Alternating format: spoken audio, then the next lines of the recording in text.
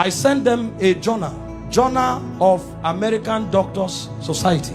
They did an investigation on the physical death of Jesus, and the conclusions they came out with. These are not Christians, these are scholars. They decided to study the physical death of Jesus. What they came up with, I only came with the pictures to show you, to give you an idea. Show me the picture where they tied him to the stick to scourge him. The way they did it was they carried a fat tree, planted it, and locked your hand so that you can't shake. That means when they are scourging you, you can't turn. And they stripped you naked when they scourged you. The cane they used to whip you, they attached bones and metals to it. So anytime they wipe you, it pulled off your skin. There were records that said they whipped somebody like that and the thing tore the intestine and things came out. Somebody else was scourged like that. The whole back was peeled off. They saw bones. That's how the thing enters. They whip you and tear your skin. So every time they wipe you, if they pull it, your skin comes out. So that when they finish beating you, because of the volume of fluid you will lose, you will die of taste. If you don't die of heart failure. This is God. And the Romans don't flog 39. It's the Jews that flog 39. The Romans flog until they are tired. So the people beating you, they will beat you until they faint. When they finish scourging you like this, if life remains in you, then mercy spoke for you. After they scourged him, they now took him trekking with the cross for close to 1 kilometer to Golgotha. He lost so much weight that short journey he fell 3 times. He couldn't walk, and nobody would give him anything to drink. Historian said when his face was wiped, blood stains crested the mark of his face on the handkerchief. Everywhere was bleeding. Can I show you the scripture that described this punishment? Isaiah 52 verse 14. When they finished beating Jesus, that alone would have been enough. See the way Isaiah 52 verse 14 described him after he was scourged. It said, just as many were appalled. You know the word appalled? A highest level irritation. When you saw him, you are like, what is this? You couldn't describe it. It said many were appalled at the sight of him. For so mad, you know the word mad?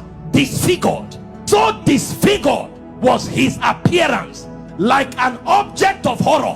When he came out of the scourging, if you saw him, you thought he was an object of horror. And he said he no longer looked like a man. They literally disfigured him, and they didn't stop there. They now gave him the cross, carried it, and went to Golgotha. Then they began crucifixion. In crucifixion, they nail you at your wrist, because the idea was for you to hang there until you suffocate. You know, the word excruciating didn't exist until the Romans started crucifying people, because the word excruciating comes from the word cruciating, and the word cruciate comes from crucifix. So it's excruciating is actually a pain you feel when you are crucified, because there's no pain in that class. When a man is crucified, his whole weight hangs on his wrist, and the only support he has are the nails on his toes. And when they crucify you, you saw a picture of Mel Gibson where you were straight. You can't be straight when they crucify you, because your back, there's no space to stand straight. You have to turn sideways to hang, because this is how you hang. Your weight actually hangs on your wrist. If you are tired and you want to gain small balance, you now push it on your toe that is on the nail. That's why when they wanted to kill the criminals, they broke their legs. And the reason is because when you are hanging, your stomach is bent so that your diaphragm can't breathe. Air can't enter. So Jesus was there for 6 hours. You know what that means? For 6 hours, every time he breathed, he had to pull himself up.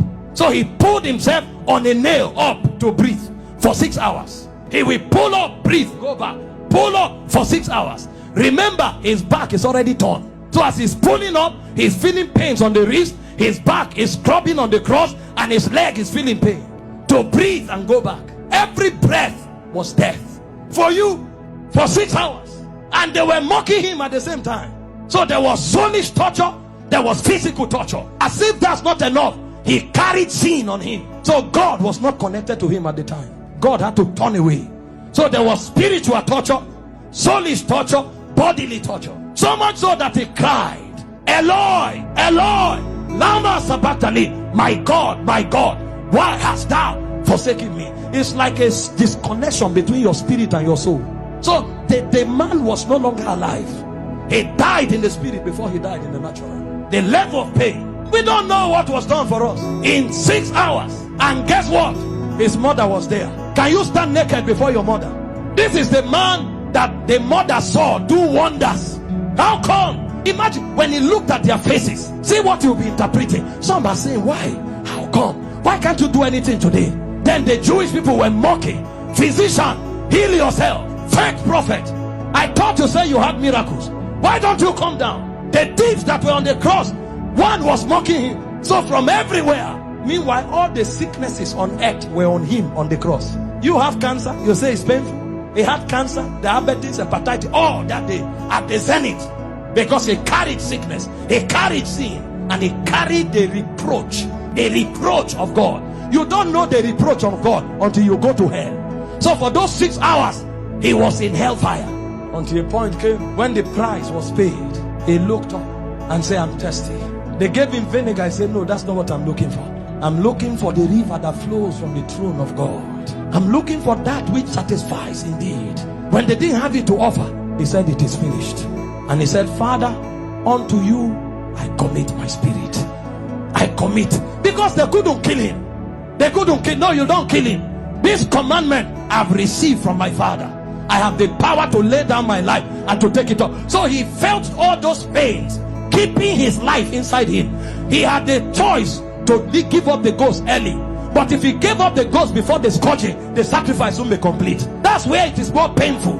He had the power to say, no, now I depart. But he kept his life and suffered the pain. From the scourging, to the shame, to the reproach, to the embarrassment, to the flogging, to the crucifixion, until he checked and saw that the sacrifice was complete.